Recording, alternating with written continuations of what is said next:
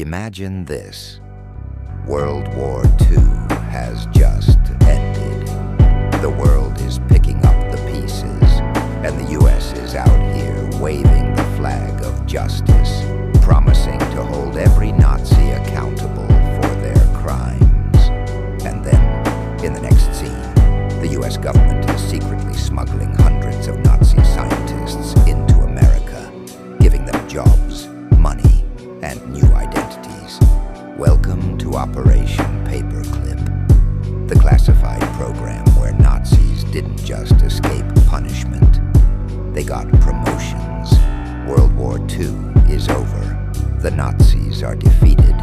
The Allies are feeling pretty good about themselves. But behind the scenes, something weird is happening. The U.S. realizes that Nazi Germany scientists weren't just making war machines. They were way ahead in technology. World War II is over. The Nazis are defeated. The Allies are feeling pretty good about themselves.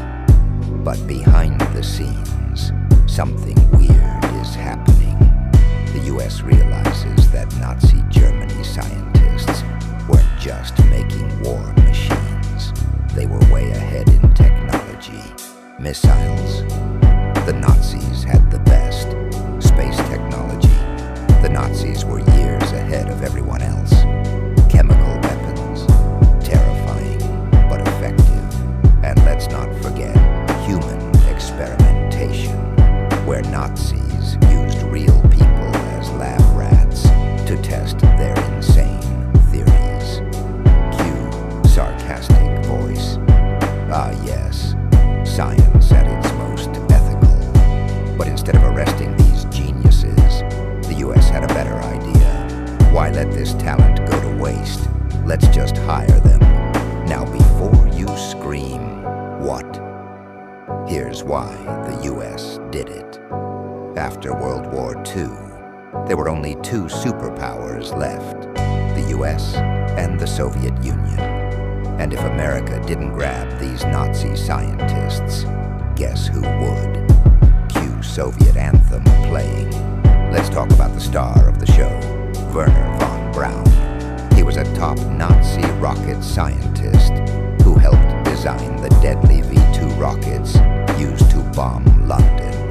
His work relied on slave labor from concentration camps.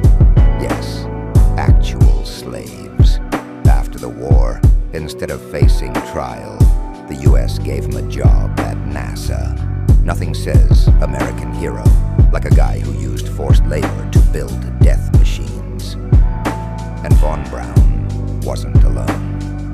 Hundreds of Nazi scientists were quietly brought into the U.S. under fake names, scrubbed pasts, and brand new government jobs.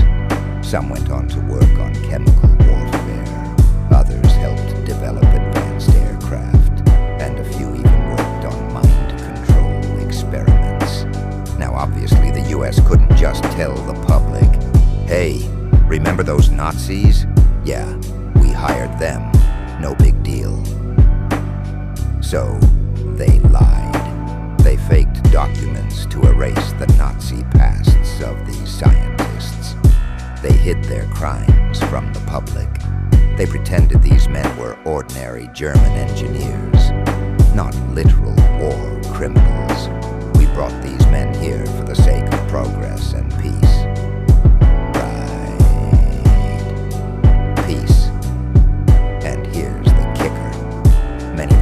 Never regretted their Nazi pasts. Some of them still held their racist beliefs while working for the U.S. government. Because, old habits die hard. So what happened to these Nazi scientists? Many became leaders in NASA, the Pentagon, and top U.S. industries. Their work shaped modern military tech, space exploration, and even medicine.